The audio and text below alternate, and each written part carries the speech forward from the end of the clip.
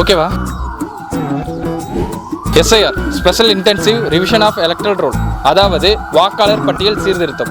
Special intensive ரிவிஷன்றதை எல்லா மாநிலத்தையும் நாங்கள் அமல்படுத்தியுள்ளோம். 2026 தேர்தல் நெருங்கக்கூடிய சமயத்தில் SIR அமல்படுத்தப்பட்டிருக்கு. இதை தொடர்ந்து அதற்கான பணியும் பல்வேறு மாநிலங்களில் தொடங்கியுள்ளது.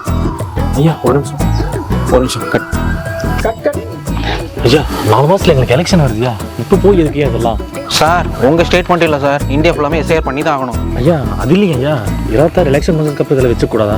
ஏங்க எப்போ வச்சா என்னங்க? இப்போ கூட பீகார் எலெக்ஷன் முன்னாடி SIR நடந்துச்சாங்க, நல்லபடியாக எலெக்ஷன் நடந்து முடியலையா?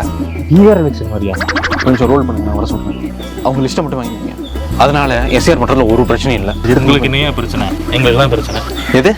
ஐயா ஒன்றும் இல்லைங்க ஐயா, லிஸ்ட்டை ரெடி பண்ணி வைக்கிறோம். நன்றி. சுக்ரியா. சுக்ரியா. ஐயா போன கறி என்னங்க ஆச்சு? ஒன்றும் வேலைங்கள, எல்லாம் நாசமாக போச்சு. இப்போ என்னங்க ஐயா பண்ணுறது? ஒன்றும் பண்ணுறதுக்கு இல்லை, டைம் வேஸ்ட் பண்ணால் வேலை ஆரம்பிங்க. சரிங்க ஐயா.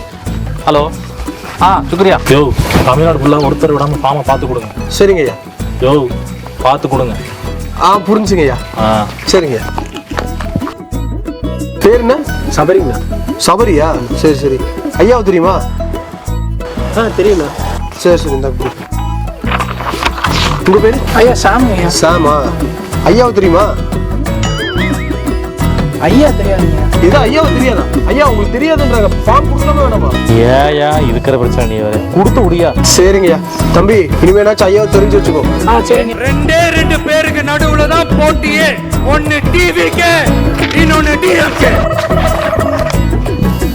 நீ பேர்லாம் கிடையாது, ஐயாவை தெரியுமா?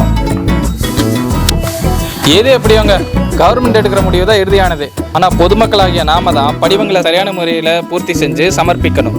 இதுதானே நம்மளோட ரெஸ்பான்சிபிலிட்டி. ஸோ நீங்கள் வெப்சைட்லேயும் பதிவு பண்ணிக்கலாம்.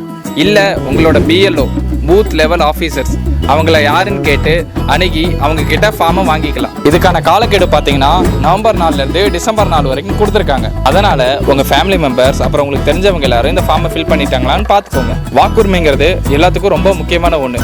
ஸோ அலட்சிய வேண்டாம், எல்லாரும் சீக்கிரம் அந்த ஃபார்மை ஃபில் பண்ணி கொடுத்துருங்க, இல்லைன்னா ஓட்டு போட முடியாதுங்க.